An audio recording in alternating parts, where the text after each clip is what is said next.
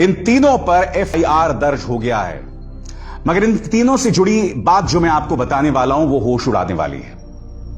कल supreme court में सुनवाई हुई और इस पत्रकार अर्नब गोस्वामी की पैरवी कर रहे थे हरीश साल्वे।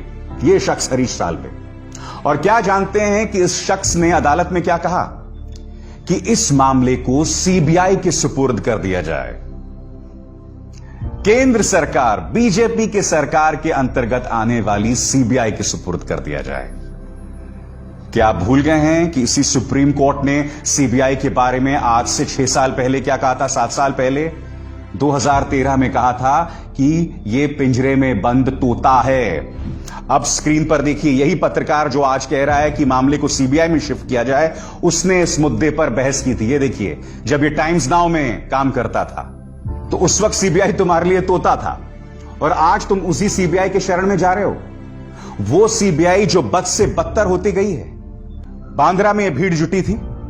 क्या आप जानते हैं इस पत्रकार ने इसी बांद्रा में कोई मस्जिद है, इसमें इसने हिंदू मुस्लिम लिंक जोड़ दिया था।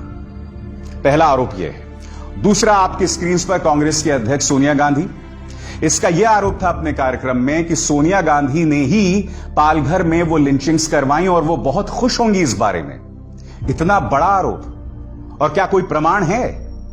और इसके बाद बांद्रा में जो ये भीड़ इकट्ठा हुई थी, इसके बारे में इस शख्स ने कहा था ये सब भाड़े के टट्टू हैं।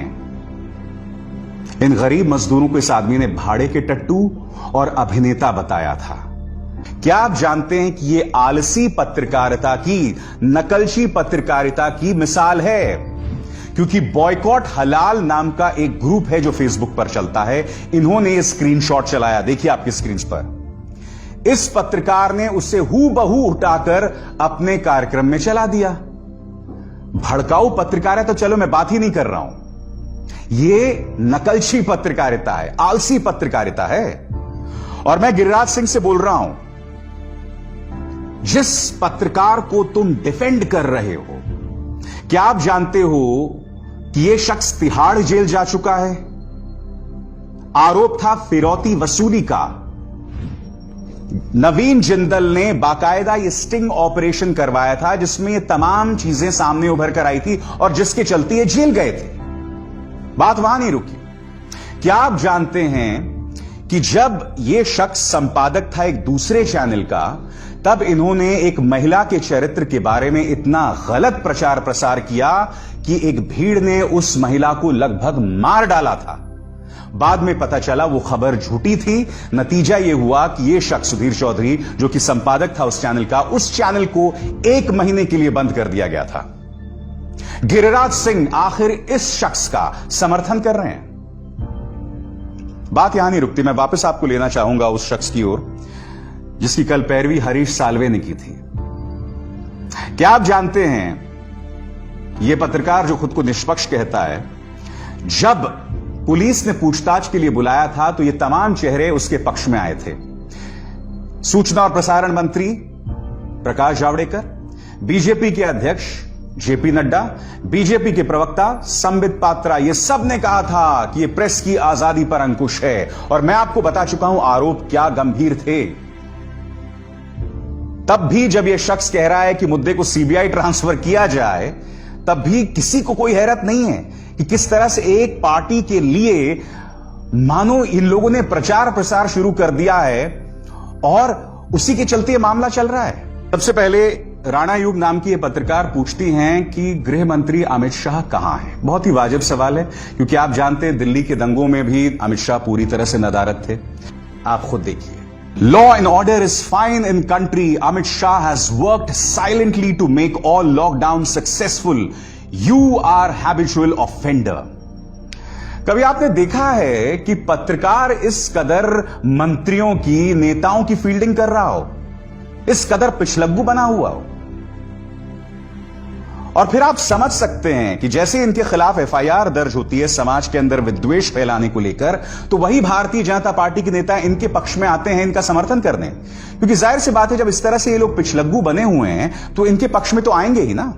तब इसी पत्रकार ने अपने एक शो में चलाया था कि मुझे अपने सूत्रों के हवाले से पता चला है कि किस तरह से तबलीगी जमात का पाकिस्तान के साथ लिंक है। उसके ऑडियो की आप एक छोटी सी झलक सुनिए। कोरोना पर आप लगातार पिछले कई दिनों से तरह तरह की खबरें देख रहे हैं, लेकिन आज आर पार में खबरों का नहीं बल्कि एक बहुत बड़े खुलासे का दिन है। और यकीन मानिए ये खुलासा इस वक्त देश की सबसे बड़ी खबर भी है, क्योंकि भारत में फैले कोरोना वायरस के कुछ तार सीधे तौर पर पाकिस्तान से जुड़ गए हैं। आज मैं दिल्ली पुलिस से पूछना चाहता हूं, इस शख्स ने एक बहुत गंभीर आरोप लगाया है कि तबलीगी जमात के पाकिस्तान के साथ लिंक्स हैं। क्या दिल्ली पुलिस इस पर अपना रुख साफ करेगी?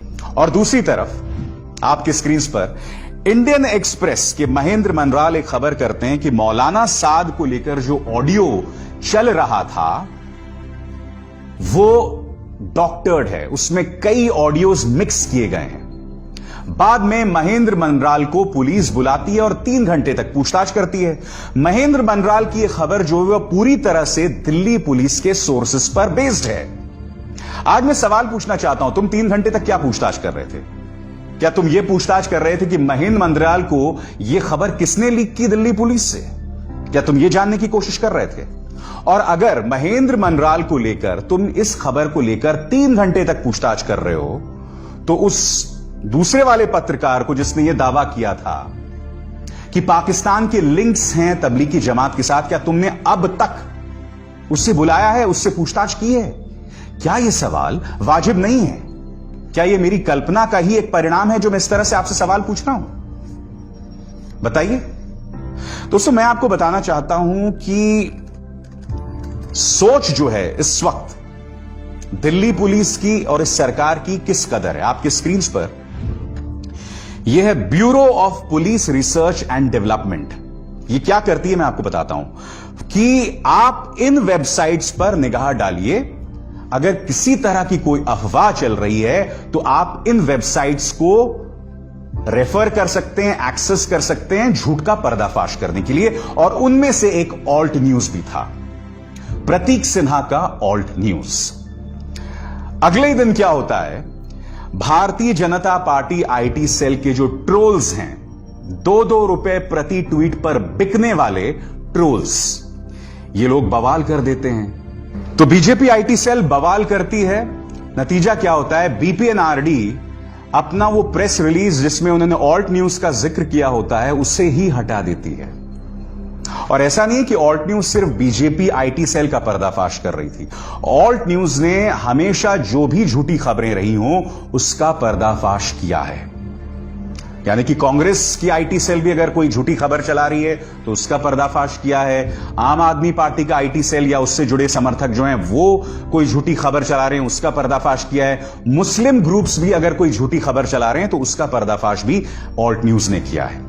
बीजेपी आईटी सेल के 2-2 रुपए प्रति ट्वीट पर बिकने वाले गुर्गों के दबाव के चलते ऑल्ट न्यूज को हटा दिया गया। मैं आपको बताना चाहता हूं ऑल्ट न्यूज के जो संपादक हैं उन्होंने क्या कहा है, इस पर आप गौर कीजिए। Yesterday, BPRD India released a document which listed Alt News as a resource that could be consulted to debunk and investigate misinformation. What followed was a complete meltdown of the right wing and widespread outrage, which now led to the document being taken down. गौर कीजिएगा इस बात पे, what sort of message does this send to police establishment? That internet trolls matter more to this government than the honor of the police? That they would rather shame the police than offend the trolls? This is very sad. क्या बोल रहे हैं प्रतीक सिन्हा कि ये internet troll ज्यादा अहम है सरकार के लिए बजाय कि दिल्ली पुलिस? क्योंकि ये फरमान किसी और ने नहीं बल्कि दिल्ली पुलिस ने जारी किया था और बाद में दिल्ली पुलिस ने बीजेपी आईटी सेल के दबाव के चलते ऑल्ट न्यूज को हटा दिया। मैं जानता हूं दोस्तों, मैं फिर दोहरा दूं कि कमल कीचड़ में खिलता है, मगर यह सिर्फ कीचड़ नहीं है। इस कीचड़ के अंदर बिच्छू हैं, सांप हैं, कीड़े हैं, मकोड़े हैं। कमल को इस बात को समझना होगा कि अगर आप यह सोच रहे हो ना कि कीचड़ में कमल खिल जाएगा, नहीं, ऐसा नहीं है। इस कीचड़ के अंदर जो कीड़े मकोड़े हैं वो कमल की जड़ों को धीरे धीरे धीरे धीरे करके खा जाएंगे। तब कमल क्या करेगा? और अगर इस तरह से कैंसर से ग्रसित कमल पूरे देश में खिलेगा तो देश को इसकी क्या कीमत चुकानी पड़ेगी, वो तो दिख ही रहा है ना कोरोना संकट में।